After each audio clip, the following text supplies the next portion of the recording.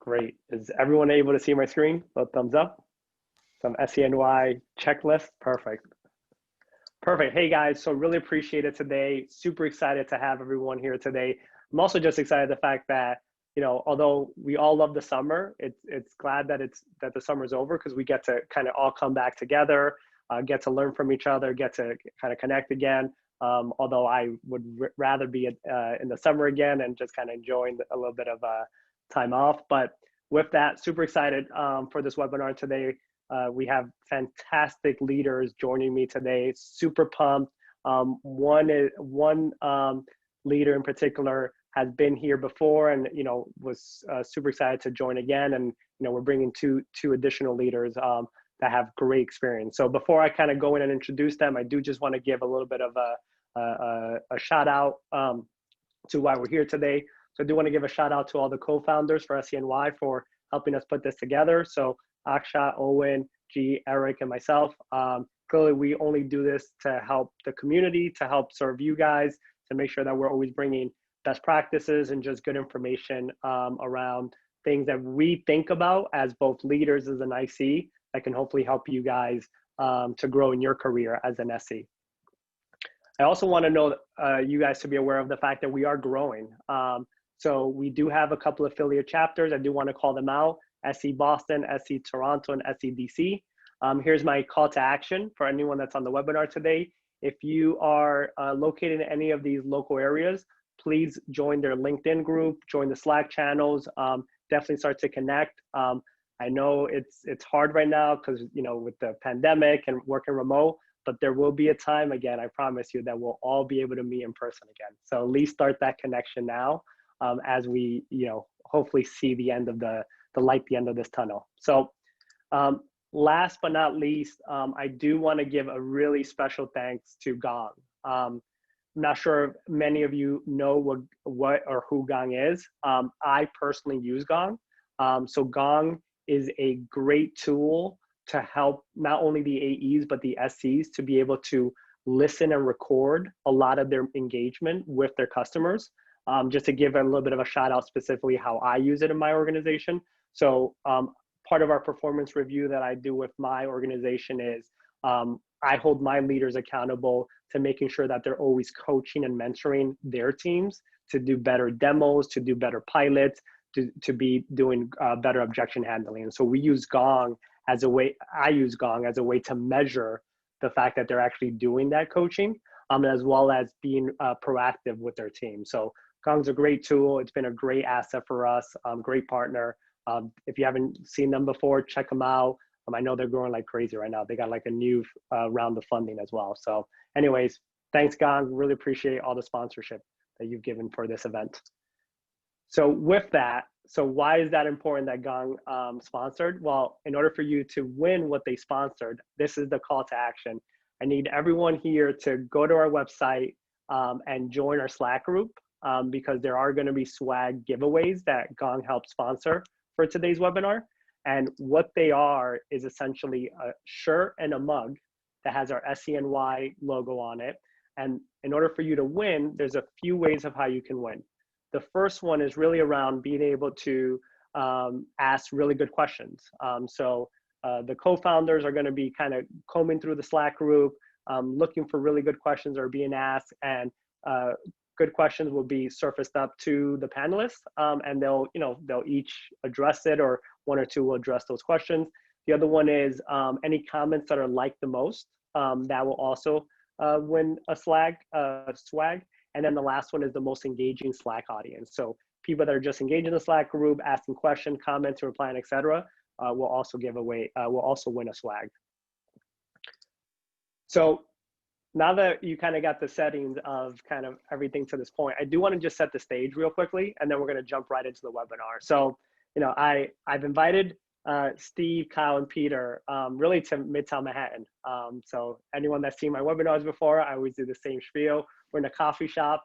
I'm a leader myself, and I'm actually getting ready to plan for 2021. And so one of the things that I reached out for them for is really to help me to get best practices around how to lead and scale my organization as I think about 2021 and as I keep growing my organization. And so, really, the way I'm going to draw their experience is by really three different areas. One is around, I really want to learn more about their individual career journey. How did they become global leaders within their respective pre-sales, as I'm always looking to grow my personal career.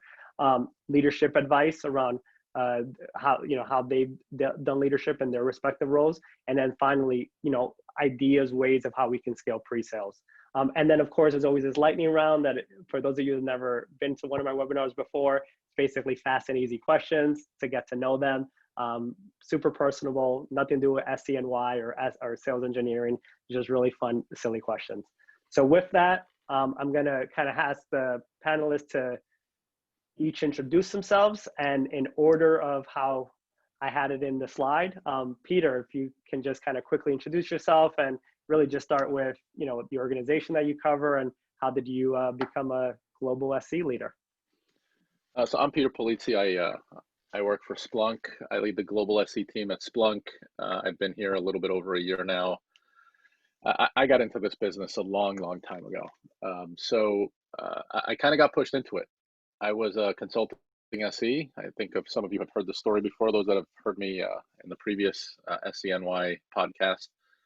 I was a consulting SE responsible for a very large opportunity at my company, and my boss had left the weekend before the big demo, or the big presentation rather. And on the way into this opportunity, my CFO said to me, "I want you to give the pitch because your boss isn't here." Of course, as an SE, not being prepared to give that presentation. However, I jumped right in, gave the presentation after that. Both CEO and CFO that were in that meeting said to me, "Hey, that was great.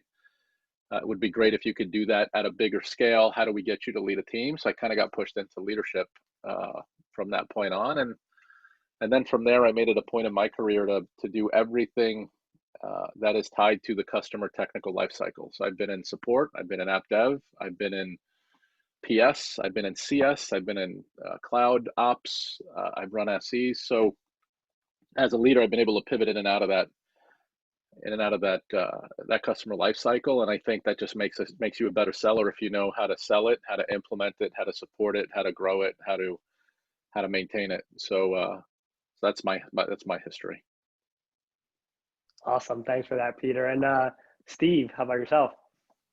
I'm Steve Jenner. I lead the SE team at Zscaler, a big cybersecurity company. I found my way, like most people, into sales engineering by accident, didn't know what it was. And I stumbled across it. I was working for IBM at the time, doing a lot of performance testing, looking around for new opportunities. And then the company that built the tools, Mercury Interactive, were looking for sales engineers, and someone said, "Hey, let me tell you what the SEs are." And I really liked it just because I've got a low boredom threshold. I like doing different things. It really suited me, really fell into the role. And then since then, I've done a variety of things. I started up a company from scratch doing software services and reselling, built that up, ran a PS team, ran SE teams, got a lot of great international experience, which I really enjoy. For me, I love being a leader just around the opportunity to coach people and improve people's lives. I mean, that's why I really love leadership. And then kind of found my way for a period over in the US working for AppD, and then recently moved back. So I've been enrolled since December 2019 at Zscaler. Awesome, welcome. Thanks, Steve, for that. And then Kyle. Yeah, I'm Kyle Duffy. I lead the solutions organization for PagerDuty. So that's solution consulting or sales engineering, plus a few other things. I've got business value consulting, channel sales, and sales enablement. So it's a great group. And how I got my start, I got lucky. I think most people would acknowledge I got fairly lucky. I started my first job out of college was in Paris, France, with a company called Business Objects. And I didn't speak a word of French. And I dropped into the product group. I was a big fish out of water, and they didn't really know what to do with me. And after a year and a half, I decided, I should probably go figure something else out and get back to the States. And the guy that hired me said, "You know what? You're tall. People trust tall people. You should look at solution consulting." And I didn't really get his logic on that one, but I looked at it and I'm like, actually, that sounds pretty interesting. I always viewed myself as more of a business person who stumbled into technology, and haven't really looked back since. It's been a phenomenal ride. Business Objects had a great run there, got acquired by SAP. It's always an interesting experience. The big company was great. I learned a ton, but I'm not necessarily a huge person company. So from there, I went to App Dynamics and then PagerDuty. And that's kind of where I took the next step in my career in terms of taking on other types of business functions. Awesome. Thanks for that, Kyle. Interesting. So I used to work for a company called Click, which was the second generation of BI. And I know a lot of people in the business object space. So yeah, so fellow alumni in terms of the data space. So I mean, so clearly everyone found SC in their unique ways throughout their career. And I think many of our audience today, they'll probably found SC in unique ways. But you know, one thing that I really look up to you three specifically is around the fact that not only did you find SC, but you also moved into leadership within the SC, right? So you kind of took even that extra leap to say, hey, not only am I going to be an aspiring SC or a really good SC, but I'm also going to try to create a team and run a team. So I guess, you know, and, you know, I'll start with Peter, you know, when did you know you were ready for a leadership role? Like when were you like, yep, like that's kind of my next move in terms of aspiring in my career to be a leader? That's a great question. You never really know, right? You don't wake up one day and say, today is the day I'm going to lead people. But it's something in you that wants to drive change. There's something in you that wants to be able to impact the outcome of what you're doing every day. And I've had some really good leaders that I've emulated and I've had in front of me. It really just happened one day. There was an opportunity to lead a team. And I kind of stepped in, and that team just kept getting bigger. And then when you go from one company to the next, you always pick up more and more and more. And then one day you wake up and you're running 1,000-person organization, and it feels like a family, even though there's 1,000 people in it. Leading a team is important because you have the ability not just to change the outcomes of the company, but you have the ability to change people's lives, to change people's career trajectory, to develop people that didn't know they had leadership in them, to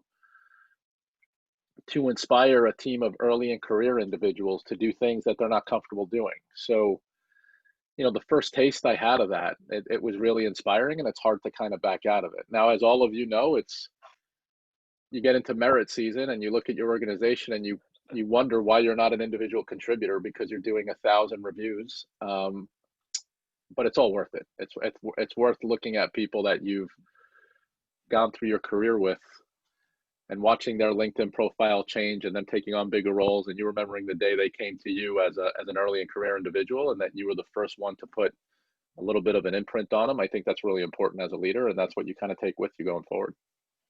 Awesome. Steve?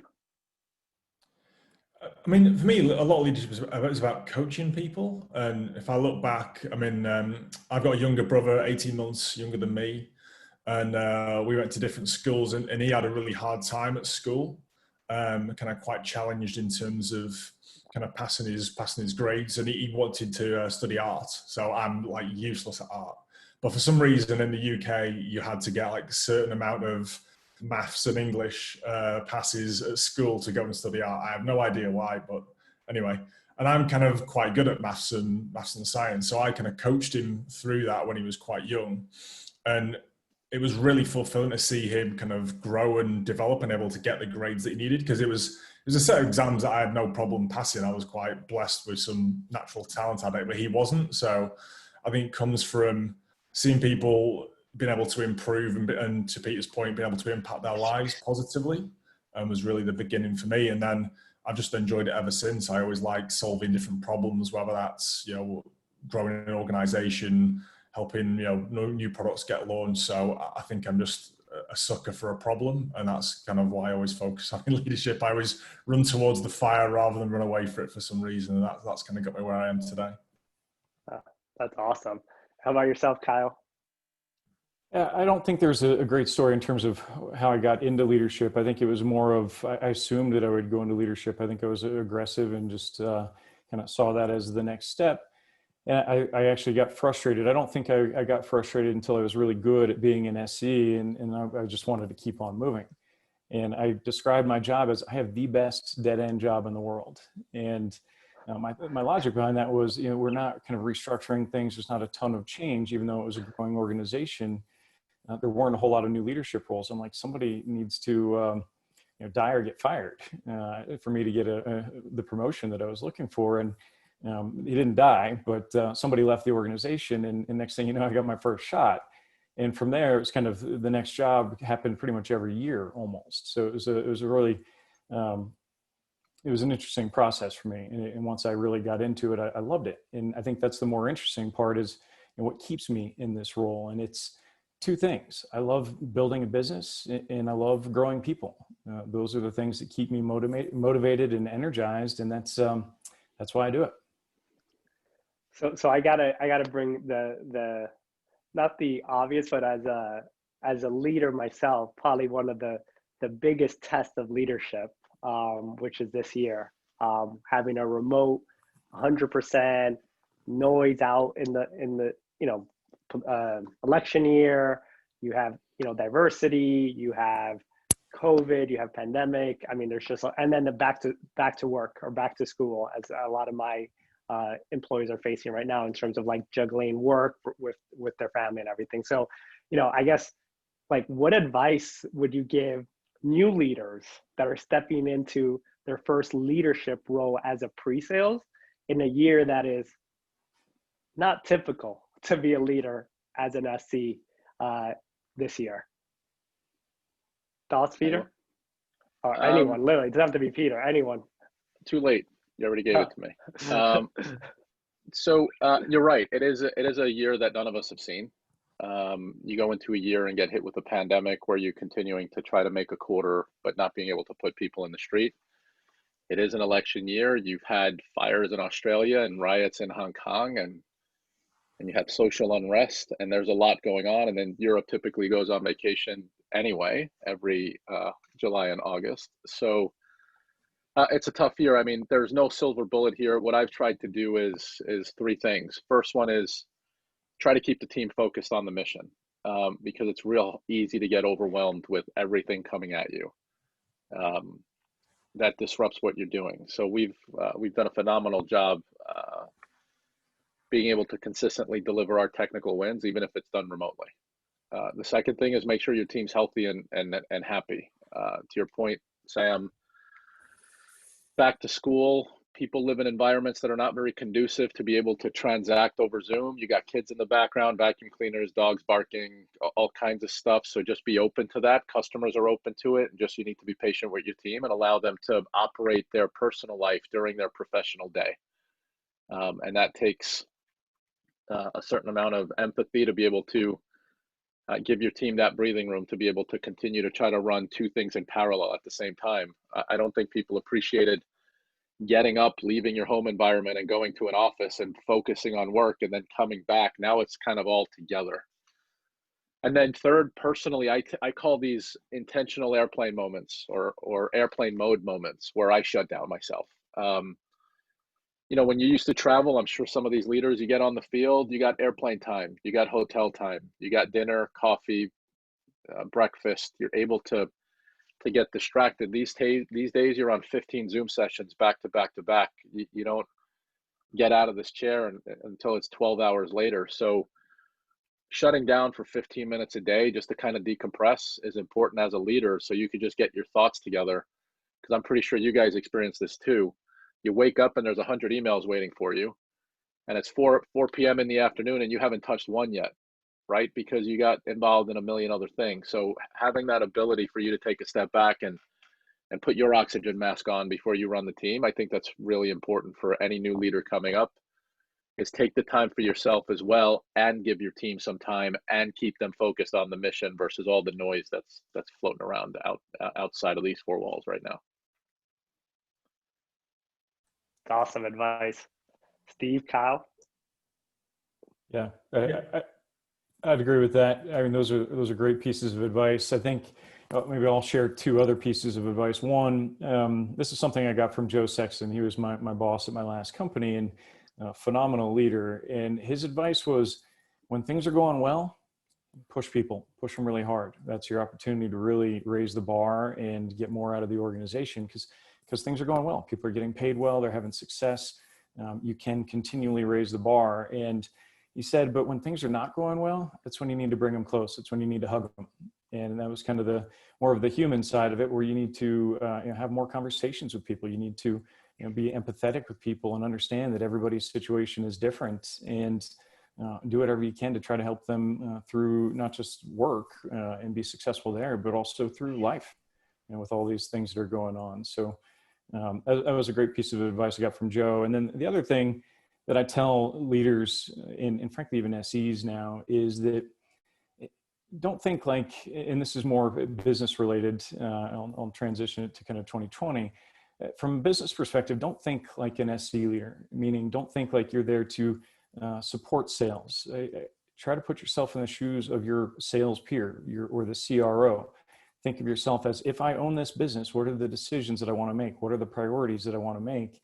And take action based on that. And that is a great way of building a strong partnership with your sales leader that I think is a really important part of it.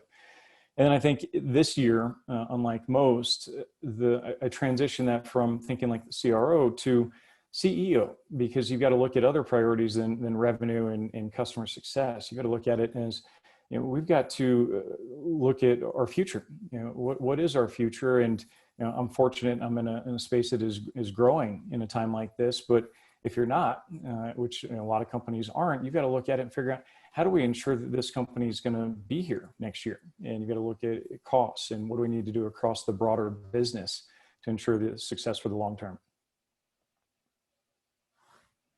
Yeah, I'd say for us, I mean, the whole work from anywhere kind of change in the last 6 odd months really accelerated our business. I mean, there was a trend there already. So all of a sudden we had everybody working incredibly hard, and to Peter's point, not getting off Zoom the whole day was a real challenge. So we had to kind of actively coach people to kind of manage their work-life balance, probably a lot more than we would do normally. Clearly there's people who've got a lot going on in their home life with health situations and whatnot. So it's a real opportunity to come across as being a good human being, looking after your people. They'll go through some tough times and they'll remember you for it. So that was a huge focus for us. And I think the other one is some of the ways that we would interact with the team. If you're out in the field and you're visiting, a particular city, you go out for coffee, go out for dinner, that suddenly disappears. So you need to find the time to do those type of, interactions without being there in person. So just putting calls into people, texting people, probably just changing the way that we communicate, because you've still got to keep the level of communication up with everybody about how things are going and how they're getting on. So, keeping the communication high has been pretty key, and being deliberate around it. Awesome. So I have one more question that you guys all brought up about the Zoom fatigue and the fact that everyone's so connected and disconnect. So what do we think? Do we believe that SCs will start to travel again in some distant future, or will this become the new norm of how you engage with clients even after COVID is done? Yeah, I'll jump in there. It depends on the customer. Okay. It depends on the customer. Customers drive what we do. If a customer is not going back to work, we're not going into the customer. But I will tell you that the artificial lines that we drew as leaders around territories and districts and regions now, because of this remote selling, have evaporated. So we can have talent supporting certain regions outside of those geographic lines. Now it all comes down to comp and who gets paid on what, but I have SEs from the West Coast supporting deals on the East Coast now because it's easy to do without having to put people on planes, right? So that's changed how we look at this a bit. But to answer your question, Sam, it depends on the customer. I think we're going to get back to traveling. It may not be the way it was pre-COVID, but there still has to be that level of interaction.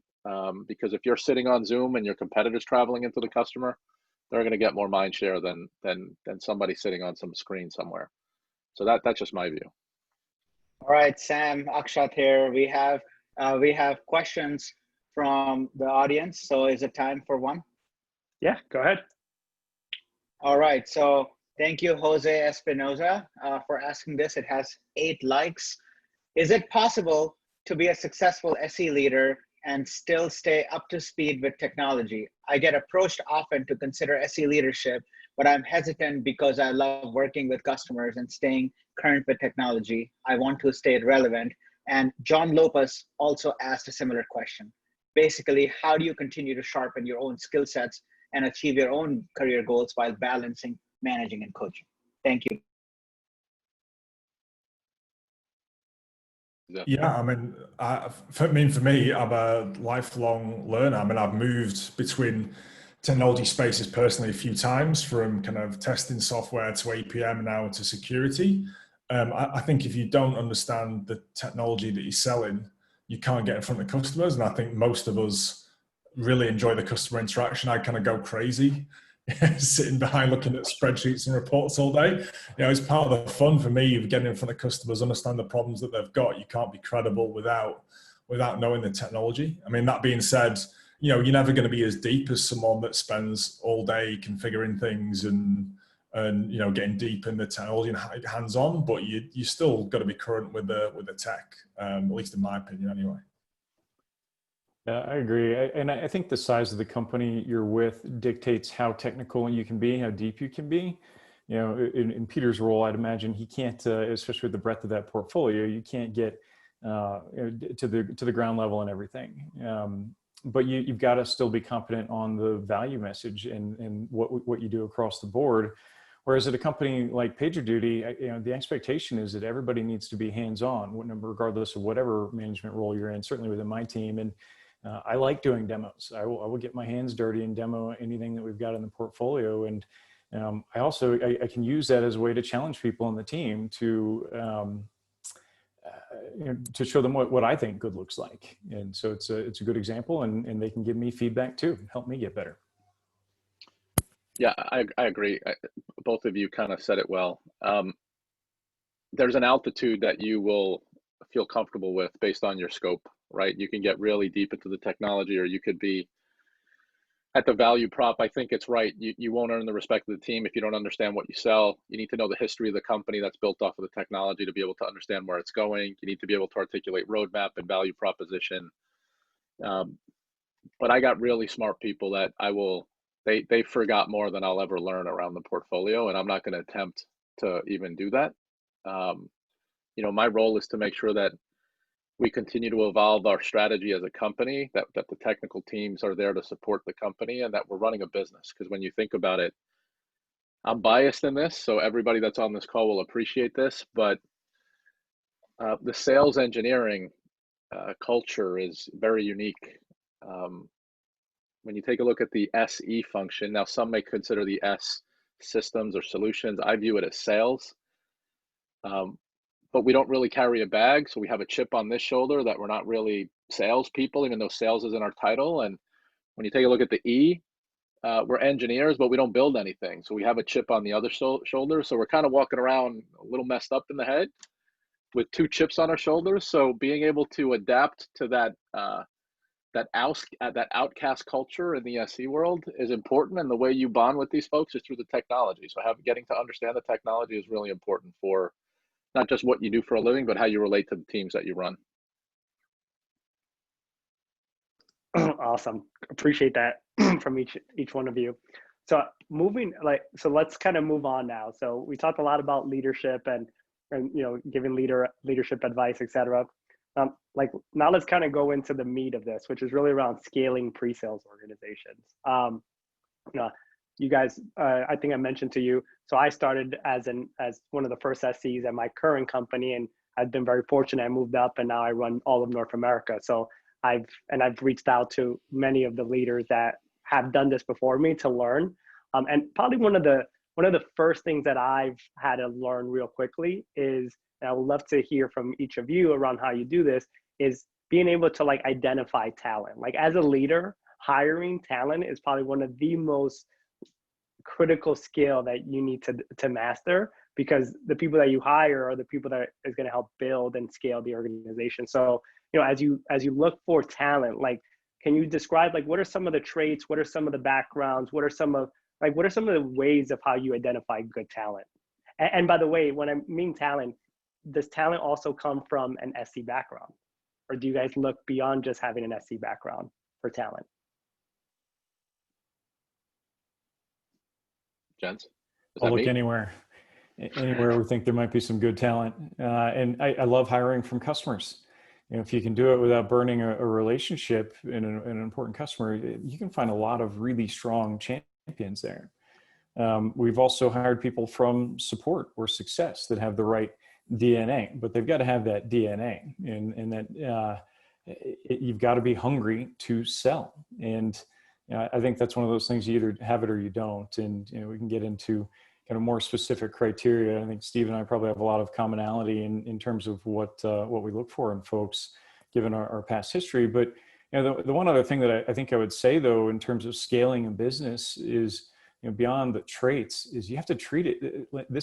It's kind of the one opportunity that we as sales engineering leaders have to be a sales rep. You need to put yourself in the shoes of a rep and treat it like a sales campaign. Like, how am I going to go find a pipeline? How am I going to grow a pipeline? How am I going to get it through the various stages and close? Because that's what it is. Steve? Yeah, I think you got to think about where you're at in your journey as a company, because the profile you hire to really changes. So I think back to when I started up somewhere, and you've got to hire like subject matter experts really early on, because you've got nothing. There's no enablement, there's no product marketing. Product fit's questionable, so you need people who can do all that stuff for you at the start. So certainly, if you look at pre-app D and then app D, we had a lot of people who really knew that space, and you kind of value experience more at that point, because you need people who know the market. And then as you transition and go kind of bigger, one, you don't necessarily want to buy all that experienced talent. You want to create a pipeline. So you really start looking at like long-term aptitude. So I'm looking at more like raw talent. So looking at things like, intelligence and coachability, because that's going to predict if someone's going to be able to grow and really develop their career with us. So you're looking for sort of earlier in career people starting to do, hiring out of college and the like. We did a lot of that in the last role, starting to do more of that here. So I think the way you look for talent can evolve based on the size of the company they're at, where you're at in that journey, I would say. Yeah, I kind of lost the plot here. Are we talking about hiring talent, or are we talking about scaling a business, or both? So I'll talk about talent for a bit, Sam. So the guy said it best. However, I have a few other nuances that I look for. I call them pivots. I look at people that have taken the chance to learn more about their craft, because they understand that the role that we're in as SEs is not just around selling and engineering. It's around customer success. It's around customer relationships. It's around value add. It's advisory. It's consultancy. So folks that have played along that journey, similar to myself in PS or CS or support, that can make that transition. Those are folks that I get excited about, because those are folks that take chances. Second, I'm a quirky guy, and I like hiring outcasts. I like hiring the folks that, when you interview them, make you scratch your head and question things. SEs are, take a support engineer for an example. That's a special individual to wake up every day, and their whole existence is around complaints, right? You don't have people call you and say, hey, I just want to let you know your product's great, click. So there's a certain DNA that comes with the support engineer, and there's a certain DNA that comes with a sales engineer. And some of my best sales engineers are folks that every time you have a conversation with them, you're either scratching your head thinking what just happened, or you've learned something that you didn't know about. And having that come out in an interview is important. And then third, I like people that are aggressive in their careers. It doesn't matter if you're a 1-year SE or a 20-year SE. If you're aggressive and ambitious on breaking the box and looking at things outside of the box and challenging the status quo and thinking about how do we do things differently and trying to mix it up so you could separate yourself from the masses, that's the first thing that I look at, is why do you want to be unique? How do you back that up with who you are, and then what you've done in your career to show me why you're unique? Those are the three things that I kind of check off the list when I talk to people or when I look for talent. So, so going then to kind of the next area, which is around scaling. So as you guys start to bring in talent and start to scale the business, like, what are some of the metrics you guys look at to let you know as an indicator of like, hey, I'm scaling the business successfully? like what are some of the things you guys look at in data beyond just headcount, right? So headcount is, hey, I've hired all this great talent. Now, from an operation perspective, what do you guys look for in growth? Do you guys mind if I kind of jump in? Go for it. So I mean, we're a data company, so I have enough data to choke an elephant. We look at a lot of things. First, we look at coverage, right? So just from a geographic and an account manager relationship, we look at ratios and coverage to understand, are we covering the market? We also then double click on, as we're covering the market, what are the activity levels between one SC and the next one? Number of account touches, number of demos, how much quota do they carry? How many customers are they supporting? That's another metric. But what we've done a really good job at looking at is deconstructing the anatomy of the day in the life of an SE and understanding what tasks can be moved around, where if you have an SE population that's best in front of a customer, how do you give them more customer time? Versus if you have an SE population that's better behind the scenes, and how do you move some of that workload around where you're really maximizing people's skill sets and you're removing the air pockets between the organization. What I've learned is in most companies that I've worked, if it's a $10 million deal or a $100,000 deal, the same transactional events happen for an SE in a pre-sale cycle. There is a discovery, there is a proof of concept or a demo, there is a proposal, there's a bunch of things that every SE does that is the same based on the value of the deal. So how do you start moving pieces around on that workload where you get your top guns more time in front of complex opportunities? You get your folks that can articulate end-to-end value prop in front of the lead gen side of what you do or the pipe gen side of what you do. And then how do you take some of the functions that are repeatable and move that into a machine that can churn and burn a lot of those transactions on a day-to-day basis, and start looking at how does that affect the outcome of your original ratio-based coverage model, and now start looking at where do you want to double down versus where do you want to pull back, and then you start investing in the areas that you want to grow out. We tend to invest in areas of high growth, and high growth could be an account that's not fully penetrated. It could be a geo that's new for us, or it could be a product line that we're just launching, right? So all of that comes into play on how you're scaling that. So I could talk about our metrics for an hour. I won't, but it depends on how you look at your business. And if you're in a high growth business, it's all around how do you pick up more market share as fast as you can versus the traditional, hey, how many demos did you do today? It's more of an outcome-based model of how many demos had wins, and more importantly, why did you lose? And how does that get fed back into enablement or product? And then you recycle and you try to increase that level of win rate, because that's the name of the game. It's growth, and it's maximizing every minute of SE productivity towards that ultimate win. Yeah, some of the things that we focus on is there's certain steps of the sales process that we know if done right, they're indicative of success, and we measure success around, we do a lot of POV, so a PV win rate and then PV duration. So we're a quarterly business, so you want to try and win as many deals and win them as quick as possible. So there's certain things that we've analyzed in the last couple of gigs I've had that have been leading indicators of that success. So one of the things we track is an opportunity, if we've done the right things there, and then go ahead in a kind of a couple of quarters time and go back and look and see, are people getting the result from the steps they kind of delivered in the process? Because we can baseline everything. So the idea there is that someone might have delivered a bunch of workshops, but they're not getting the outcome from it. And therefore, do we need to go look back and what's going on in that market? What were they doing? Is that an individual coaching opportunity? Because with metrics, one of the things is you're asking the team to invest some time filling in some CRM data typically, or maybe it's automated if you're lucky. So you need to basically give them a bit of a payoff for it. And for me, I always talk about what it means to the company, what it means to the leaders, and what it means to the individuals. And it's good if it fails at the individual level, then you're going to have bad data. So I'm always clear about it's there to help coach them and explain to them how we're using the data as well.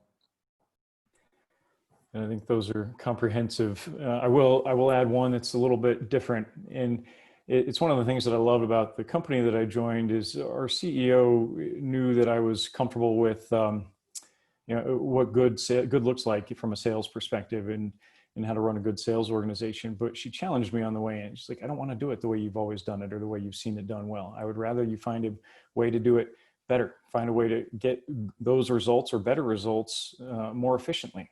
And so one of the things that I looked at last year was how much revenue are we doing without any SEs touching it at all? And so one of the initiatives around that was, can we train our reps to do live demos? Last year we focused on click-through demos, and that was something that gave a lot of people a way to have a conversation without us that otherwise they really required us for before that. And then this year we've doubled down on it and actually got them getting their hands dirty in live demo environments. So it's been fun. And I don't know how successful the live demo environments are necessarily as a tool to use in front of customers, but I can tell you it made our sales reps a lot more credible. So it's an interesting journey. Just to add to that, Kyle, then where do you repurpose the SC organization if demo starts to transition to the AEs?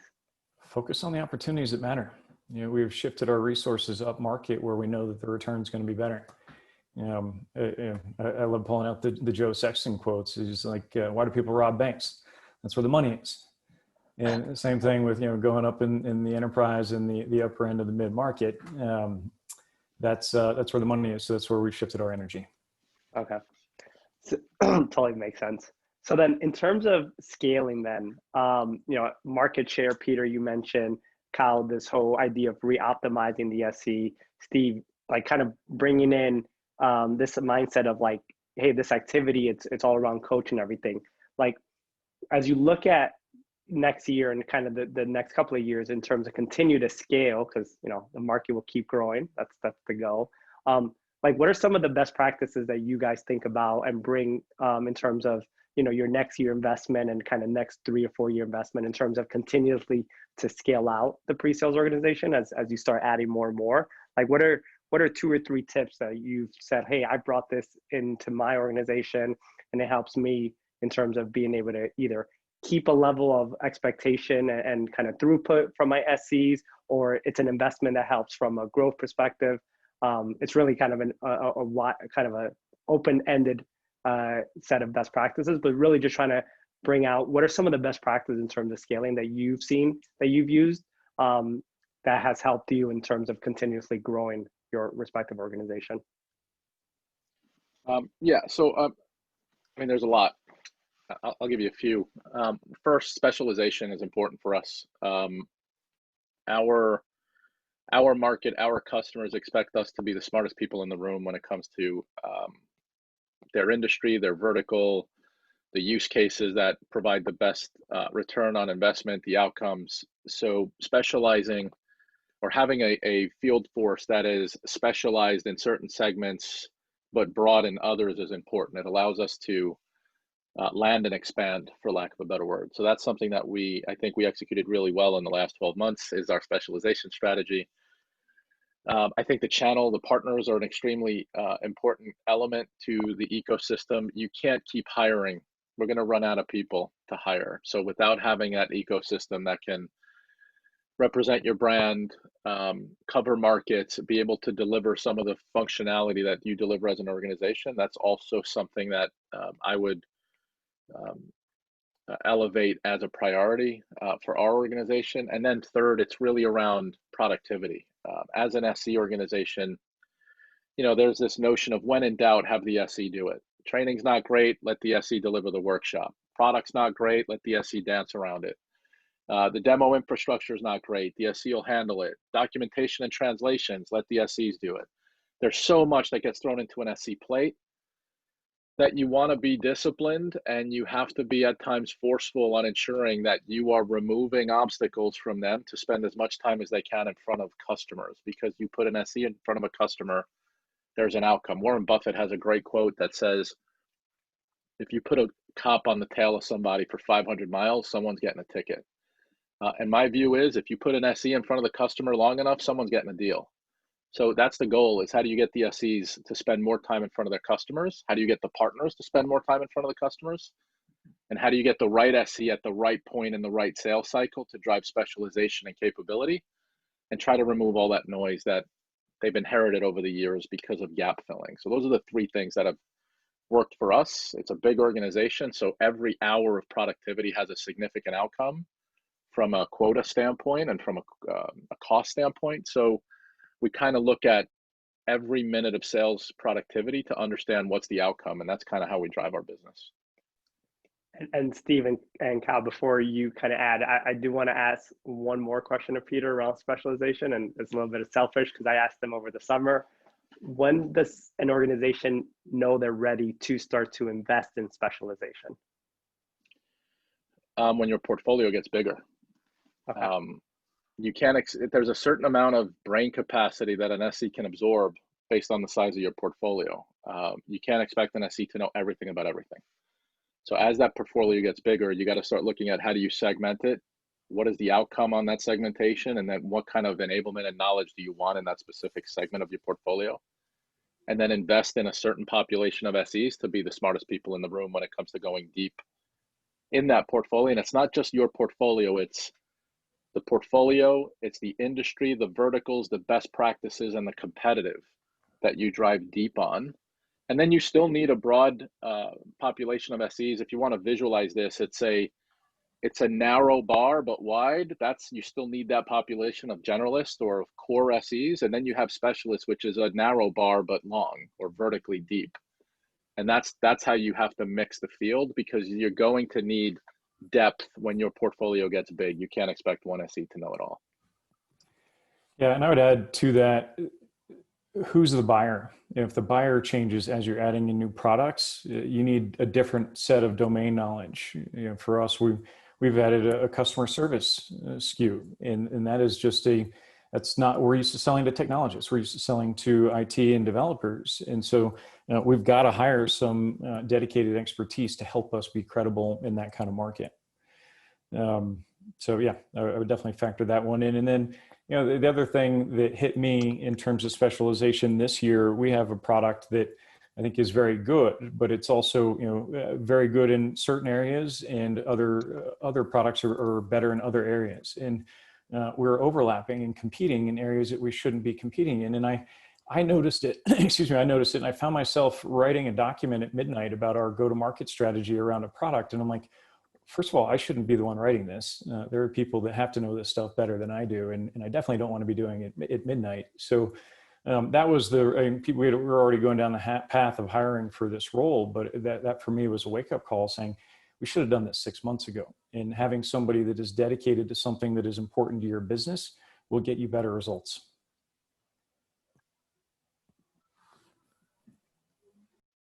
Awesome. All Steve, right. any thoughts?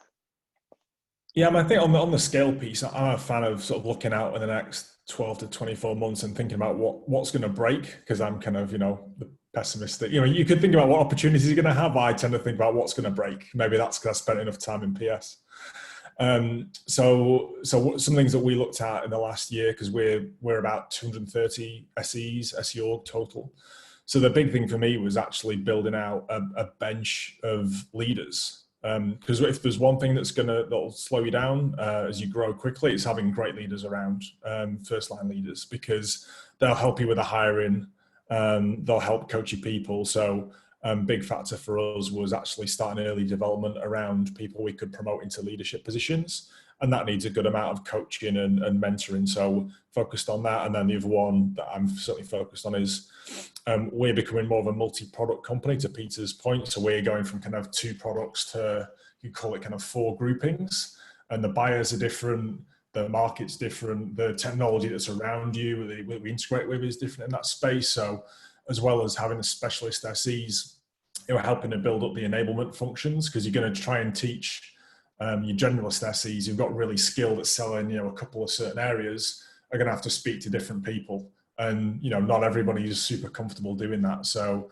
there's a lot more enablement that needs to be done at that point, to kind of get your assets in place to make those launches successful. Awesome. So Ashka, I think there's a few questions from the audience. Yes, I'm ready. So thank you to Kevin Jacobs, all the way from Toronto, Canada. My sales reps often introduce our VP of sales to the customer's decision makers to get executive alignment. How do you think SE leaders should be positioned aligned in deals, if at all, in order to provide value to the customer or to the deal? What should your relationship be with customers, technical decision makers? 9 likes on that. Thank you, Kevin. I'll answer that. I need to know who my counterpart is, period. They're making a career decision. The same way that it happens, the same relationship we have with our sales counterparts is the same relationship we should have with our customers. A customer's making a bet on this technology. They want to look at you in the eyes and trust that what you're selling is what they need and what it does. And they want to be able to know who you are in case they need you. So I don't see any difference between the relationship of a VP of sales with a customer buyer or a customer sponsor. We need to have a mirror within our customers as well. So that to me is a no-brainer. Now you can't have that relationship with every customer, so you're gonna have to pick and choose which customers you can have the time to engage with. But I spend probably 2/3 of my day talking to my counterpart in my customer base to ensure that I can help evolve an opportunity through that life cycle, or I can ensure that they're adopting what we've already sold them, or to introduce new concepts that maybe they haven't been familiar with as it relates to the outcome of what they're trying to drive into their business and how my company can help them drive that outcome. So that relationship has to be there, just like a VP of sales has a relationship with the buyer or the sponsor within the customer base.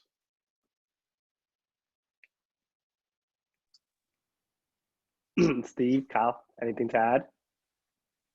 Yeah, I mean, I'd say that we speak to a hell of a lot of customers in our role. So I always approach it from, I've seen your peer companies kind of solve those problems in a bunch of different ways and actually bring them expertise from the field. So you've got to offer some form of value. And I think a lot of that is kind of knowledge of the space and knowledge of how customers are solving their problems and really bring that to bear for them. And sometimes it's actually telling them how to solve or giving them some insight on how to solve a problem that's not the problem that I'm going to ask for some money for. You know, it's if I can't solve your problem, I'm going to tell you and indicate, you know, how other people are solving it. So yeah, industry expertise is kind of one of the things we can offer in that regard. Yeah, people want to be told what good looks like. What are the best people in the industry doing? And we see way more environments than they do. So that level of credibility, I think, goes a long way. I would, you know, one other thing that I think is a bit unusual that I've enjoyed is getting involved in more non-traditional ways. Getting involved in legal negotiations or around security. That's not something that I would have expected to enjoy, but I've done it in one that was remarkably complex after a company went through a big public security breach. And it required a bit of technical knowledge, but also a bit of being able to negotiate and have a business conversation. And it kind of gave me a whole new respect for what reps need to go through. And it just gave me more visibility into the business. And I helped get a deal done. That kind of stuff is fun. All right, we have one more question with 5 likes. Thank you, Jivan Panjikar from New Jersey, asking this question. How do you measure great leaders? That's a big question. That's a really big question. You can go down the typical path of how do they develop their people, how do they impact their business, what do they do to innovate, how do they manage, how do they maintain composure under pressure. That's a big one for me. I've seen some really great leaders fall apart when it gets really tough out there. I think that if I had to pick one, it's really around how do they conduct themselves day to day, and that is how much time do you spend in the strategy, in the people, in the operational side, because I have had some really great leaders that were invisible to the organization, but they were really great leaders from a knowledge standpoint, from a mentoring standpoint, because I had access to them. And I've had some leaders that are out in front all day long, but they weren't really great leaders from a development standpoint, from a strategic standpoint, from an execution standpoint. So finding a leader that understands how to manage that balance and be able to innovate on a day-to-day basis. I think you said it, Steve, you're always thinking about what can break. Leadership that always thinks about what's around the corner. Those are the teams that tend to come out of these situations like COVID and accelerate. Those are the ones that while everybody else is slowing things down and hitting pause, they're thinking about how to accelerate during some of these tough times. They're the ones that are rethinking the way to configure their operations, how to manage their people better, how to spend more time, and how to communicate better. So, those that can balance that, and in addition to balancing it, can take a look at how to innovate it and stop doing what everybody else has done. Those are the folks that I look into as great leaders, or people that you want to invest in. Yeah, go for it, Carl. I know you just come off mute. Go for it. I was just going to say, and I think you touched on this, it's kind of that challenger approach. You're always looking at things, how can this be better? And not just coming up with ideas, and certainly not just complaining, but actually executing on some of these things, or asking for help where they need it to get something done. I think that that's a big piece of it. The people development is huge. You can see an organization changing for the better, and they're getting better results for it. That's huge. And then, one thing that I think is a good measure of partnership that a solution or sales engineering leader has is, how do they communicate with their peers in the sales org, the sales leaders, the theater leaders, or whatever? Do they have a relationship where they're just calling all the time, texting all the time? Like, those people that have those relationships, they're in the business. In addition to, assuming they've got that balance on the people side, that usually will get pretty good results. Yeah, I was going to sum up as kind of consistency. It don't really give you a lot of surprises in a good way. I always joke that the only time I want a surprise is maybe my birthday and Christmas Day, and that's it. The rest of the time, I like kind of predictability. People who are on top of the hiring, on top of the people, they know what's going on with them. They're on top of the deals. You don't get a surprise from them, and they're the ones that deliver really well for me, just because they're on top of the business. Awesome. Great, great thoughts and feedback. So I have one last question as we kind of start wrapping up scaling pre-sales and going into the lightning round. So between the three of you guys, collectively, so much experience throughout the many years that you've had as pre-sales leaders. If you were to do it all over again as a pre-sales leader with a really small org getting ready to go and scale, what would you do different now, knowing what you know today around scaling and growing a pre-sales organization? What would be the one or two things you would do differently again? Wow. You guys go first on this one. I need a minute. Yeah, I think the way that I've reflected on how I developed as a leader, I think I took some more chances the more experience that I got, and it always paid off. And a lot of that is giving more of yourself to the team, letting them know who you are. And certainly as you scale up an org, people don't get to spend a huge amount of time with you. And if you don't let them understand what you're about as a person, then you kind of become your job title. And I've definitely coached people out of that. So I think giving of yourself, letting the team know who you are, spending time with them, I think has really paid off for me. And I wish I'd done that more earlier in my career, I'd probably say. Yeah, I would pile onto that a little bit and say, if I had to do it over again, I probably would have thought bigger earlier in my career. And part of it was working in the company that I worked in years ago for a period of time. I felt like there were people who were paid to tell me no. And even if I had a great idea that would make the company more money while making our people happier, I would still get no for whatever reason. And I felt like I was walking around with blinders on by the time I got out of there, and it took a while to kind of shed those blinders. And that's just one of those things where when I look back, I'm like, yeah, I should have been more creative and realized, you know what, I have much more power to influence or change this business than I thought I did. So that's one. And less about scaling, but as a growing leader, I actually, listening to Peter at the beginning, was envious of his career path. I think if I look at my path, I was super happy my entire career. So I never really looked elsewhere. But now that I'm at the age that I am and reflecting, I'm like, wow, I probably should have tried a bunch of different things. Even if you try it for a year and don't like it, I guarantee you'll pick up some great skill sets that'll work well for you. And it's not like you can't get a job back in the sales engineering world if you don't like it. Yeah, I think if I could go back in time and do it again, I hired I hired pros in areas that were my blind spots now. I didn't know my blind spots then, but you know, the rapid pace of change and the way you communicate, the way you operationalize, the way you interact with your team, your style, the sequencing of change. You know, I would have hired a change expert a long time ago. I drove a lot of change in my career, but it didn't come without an expense. There was always a pile of bodies at the side of the road once you finish that finish line, because I'm a New Yorker, you drive hard, you run hard, you talk hard. And when you run a global organization, you know, that ability to adjust styles and altitudes and speed and pace and language is not something that you take conscientiously. You need someone. I hired a change management director that helps me do this every day. In fact, she's on this call. But it allows me to continue to drive the business at the pace at which I want to drive it, but doing it in a way that's thoughtful, where you drag your team along with you, rather than do it on your own. So that's something that if I could give advice to anybody out there, words matter. When you're running a global organization, words matter. We as Americans tend to blend in a whole bunch of Americanisms that do not land well, whether you're in Europe or in APAC. Pace matters. Stress levels matter. Your tone matters. The amount of change you inject in an organization on a day-to-day basis matters. The way you communicate, your style of communication matters.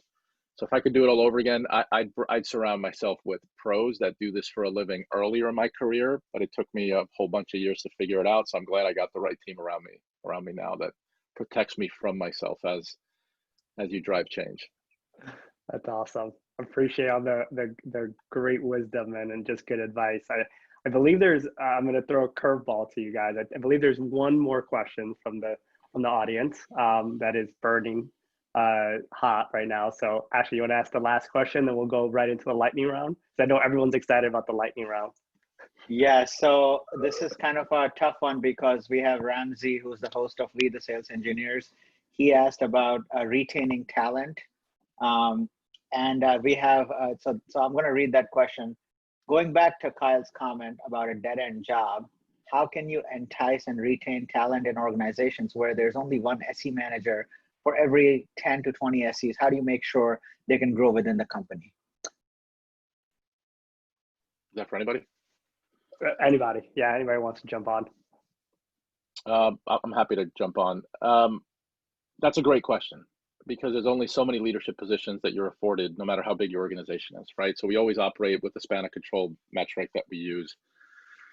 But we've been able to be really good at mentorship programs, global working groups that we allow folks to participate in. And even though you may not have an opportunity immediately in front of you, but we've been able to create a platform where folks are able to showcase their talents, been able to brand themselves on a global platform, have been able to get involved in projects that are bigger than what they're doing right now. When you run a lot of change, you got to do it through a bunch of subsidiaries within your organization that we call working groups, and allowing people to be part of that gives them an opportunity to dip their toe in management. Even though they're not managing people, they're managing projects in a matrixed organization. It gives them the ability to diversify what they're doing. It gives them the ability to keep their legs moving as you start scaling out an organization that may present an opportunity in the future for them. So I don't believe in retention via cash or via comp, because that runs out fast. And then you get into a competing cycle with others. It creates disharmony in the system. I believe in retention through opportunity. And if that opportunity is current or future or developmental or mentorship or branding, even from their SEs loves badges. They love to be recognized in their communities. That's kind of where we double down on versus the dangling the carrot and just kicking the can down the road. So that's something that we've embraced. But it is an absolute challenge, because when you hire well, you surround yourself with talent that's ambitious, and everyone wants to do something bigger. And at times it gets challenging on how many big things you can offer out to your team. So that's why we've diversified with the working group strategy that allows us to push a lot harder from a change standpoint, because now I got more people driving change versus just my team or my direct report team. Hope that made sense. Yeah, that's awesome. It does. And I would add, I think one of the most important things in retaining people is understanding their motivation. Yeah, and everybody's motivation is a little bit different. You know, there's some that want money, there's some that want recognition, there's some that want career growth, and some that want a combination of all those and more, or some that want family time and stability. Taking the time to understand that goes a really long way in ensuring that you can help people with what's important to them. And then I think the other thing that I would say is it's around what is, if they do want a career opportunity that's just not there, you need to have that conversation with them and talk through, like, yeah, here's the opportunity that you're looking for, the role that you're looking for. Let's break that down into all the skills and experiences that you need so that you can be ready for that role when the opportunity comes, when somebody gets hit by a bus or whatever the circumstance may be, or growth provides the opportunity. You want to be as ready as you possibly can for it when it comes. So if we look at those skills and the experiences that you need to get there, let's start knocking them off one by one. And you can find projects that may help get them some experiences or exposure to other teams. Or, if you look at the skill sets, there are ways to go get training around some of those things. We do internal training, or even my leadership team call, we'll do we'll learn from each other. And I'll invite individual contributors who want to get into the leadership team, and they'll be part of the conversation. They get to contribute, and it's helping them progress. I feel like they're moving towards where they want to go. Steve, anything else to add? No, the guys nailed it. Okay, awesome. All right. So first of all, like, super appreciative of all the advice and just all the great anecdote and just like your own experience around scaling the pre-sales organization. Like, I took tons of notes, as you probably saw. I was like typing away and everything. It's one of this is going to be a must rewatch for my leaders after this event is over. So super appreciative. So Peter has gone through this before, but I know Steve and Kyle, you haven't. So this is like the hardest part of the entire event. It's called the lightning round. The lightning round is essentially really fun questions to get to know you a little bit more personal. There is no wrong answer. They're super silly. I know Peter really enjoyed it last time. So I'm going to kind of go backwards and start with Kyle on this one. And then I'll kind of go round robin from Kyle to Steve to Peter. So Kyle, so what is your favorite drink? Alcoholic or non-alcoholic? That's probably a long list. I drink a lot of IPAs. I enjoy them.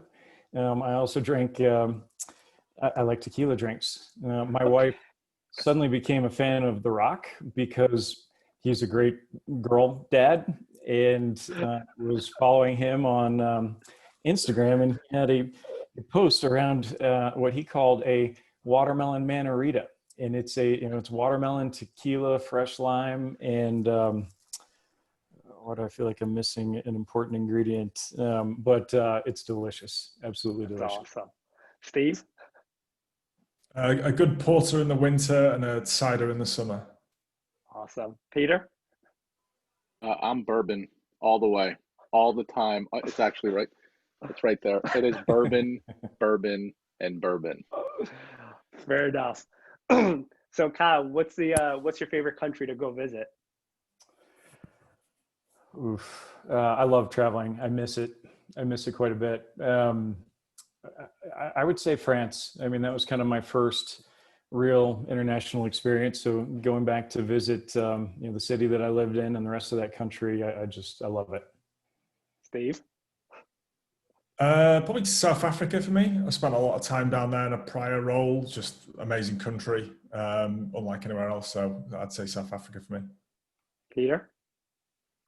I lived in Europe for a long time, but Spain is my home. Any time I can go back to Spain, I go back to Spain. And I'm with Kyle on this. The first minute I get to go back to Europe, I am on a plane. Whether it's personal or business, I'm getting the hell out of here. I need to get back. I need to get on a plane. I think I'm in the same boat with you. I got to get on the plane too. Kyle, so what new habit have you created during the quarantine? I built a home gym. I saw somebody in the Slack channel was asking about how we de-stress. I try to work out 6 days a week and try to do it before work, 4 out of the 5 days. And it was difficult. So yeah, that was a big change for me, but I love it. It saves me time, gives me a little bit of time back in the day, and I can stay healthy and energized. Are you a Peloton fanatic? Are you in that like wave of people buying Pelotons? I'm not. My wife uses the Peloton app all the time. I've just got a road bike on a trainer in the garage with a TV in front of it, and I tend to watch action movies. The more bullets that are flying, the faster I pedal. I don't need somebody yelling at me. That works for me. That's awesome. Steve? We said earlier, I've got 1-year-old twins, so the time I've got available to hobbies is minimal. So I'm lucky if I get out on the mountain bike once or twice a week with the twins separately. I hasten to add. Yeah, so I haven't got the time for hobbies at the minute. Fair enough. How about you, Peter? I've developed an alcohol habit. No, I nothing special here. Try to take care of yourself. I read a lot these days because if you haven't realized, there's nothing on TV all the time. So I will go through a book a week. I try to get out as often as I can. This weather's great in New York. It's starting to feel like fall. So, I try to disappear occasionally and get off of Zoom. So that's what I've developed a hatred for Zoom. That's what I've developed, Sam. Fair enough. All right. Second to last question, Kyle. What is your favorite app on your phone? It's definitely not Slack. I delete that when I go on PTO. So I literally can't look at work, and that's amazing. I'm actually having to look at my phone. Honestly, I look at a lot of news, which it's not necessarily the most enjoyable thing to look at, but I do like to stay current. So yeah, I would say more just scrolling the news sites. Steve?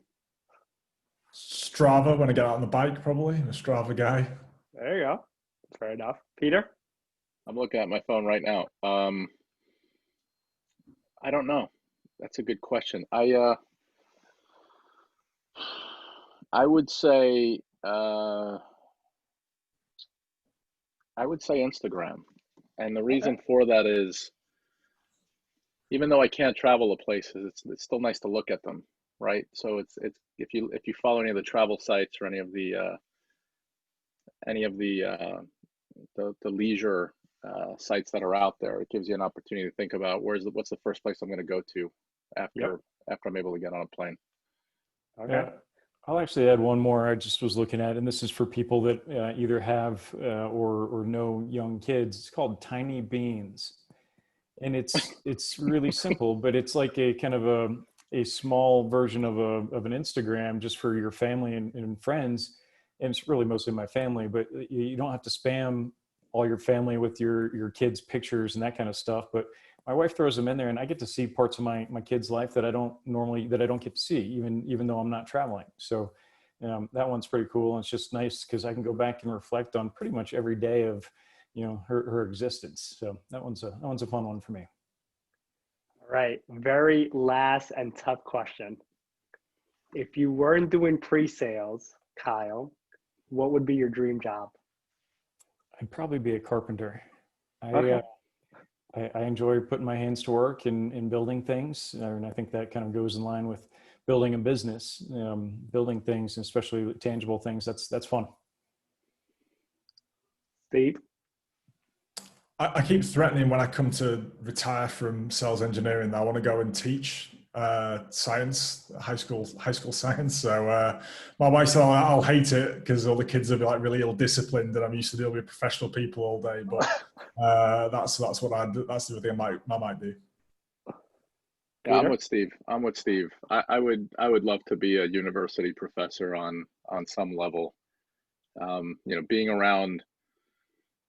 Being around folks that look at you thinking you're the smartest person in the room is always a good feeling. So getting paid to be that person is also great. So That's awesome. Why not? That's awesome. Well, with that, guys, I really appreciate your time today. Love all the advice that you guys gave today. Thank you on behalf of SENY for joining us today. I know we've had tons of engagement on the Slack channel. We'd love to have you guys participate in a future webinar.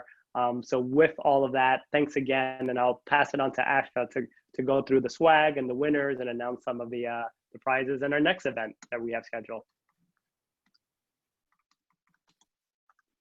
All right, thank you so much. And let me share my screen really quickly. So can everyone see my screen? Yes. Yep. Perfect. So the first, first of all, thank you everyone, Steve, Peter, Kyle, for this. I'm gonna ask one of you or all of you to pick the best question you thought that you were asked, because they're going to get this kit delivered to them. So anyone who wants to take that. Can you, meaning the questions that Sam asked or questions that the panel asked? Audience, sorry, the questions that Panelists, were asked yep. by the audience, yeah.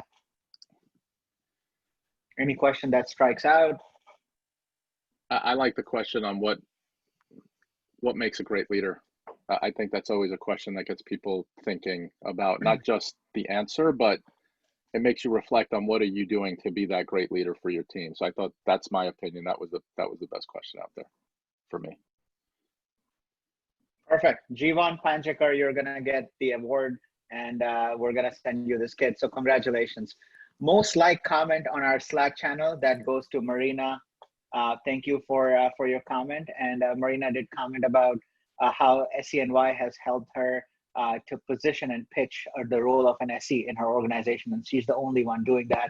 So thank you, Marina, for that. That was one of the most liked comments. You're gonna get it delivered. In terms of most engaging Slack audience member, comments, questions, and replies, this goes to Jose Espinoza. Jose, you're gonna get one of these delivered. John Lopez and Andrew Smith for your questions. So thank you, everyone. And by the way, if anyone thinks this was not accurate, please message me. We would be happy to ship you one as well. So thank you for that, and congratulations to the winners. The next event, we are really excited that Owen McClave, who is also co-founder of SENY, is going to host and moderate that, and we're targeting November. And this is going to focus on enablement, and we're all about learning, guys. All about learning. There you go. Owen, you want to quickly talk about who the panelists are? Absolutely, yeah. So we actually have an awesome panelist. So we have from Pluralsight, the practice enablement leader. My boss actually over at Amazon Web Services, Mary Wallace, she was 23 years at IBM. She actually had to maintain the mainframe division. So she had to teach new people how to learn mainframe. And then lastly, we'll have Rich Reynolds. He's the vice president of enterprise customer success at 2U. So they build learning management platforms for college universities as well as corporations. I actually used to work with Richard at Salesforce when I brought over Columbia University to our coding bootcamp. So it's going to be amazing. It's all about how to scale and learn at an organization. So love to have everybody who came today come support our next event in November. We'll get a more firm date once I get all the panelists lined up, and I'll send that out for everybody. So thank you, Akshat, for the plug. Awesome. And the last one is an app called Donut, which is embedded in our SENY workspace now. So if you're part of the Slack, just join a channel called Networking. And what will happen is you're going to get matched with anyone else randomly every 2 weeks. And you can schedule a time for virtual coffee or beverage or beer, whatever you want. And it's just another way to network with your peers, and especially when we are all working remotely. So with that, that's all that I had. Thank you so much. Thank you, Steve, Peter, and Sam, Kyle. Thank you so much for joining. And thank you to our audience members. That's it. That's all, all from us. Thanks for having me. Good. Yeah, Thanks, everybody. Have a great day. It was a ton of fun. Thanks.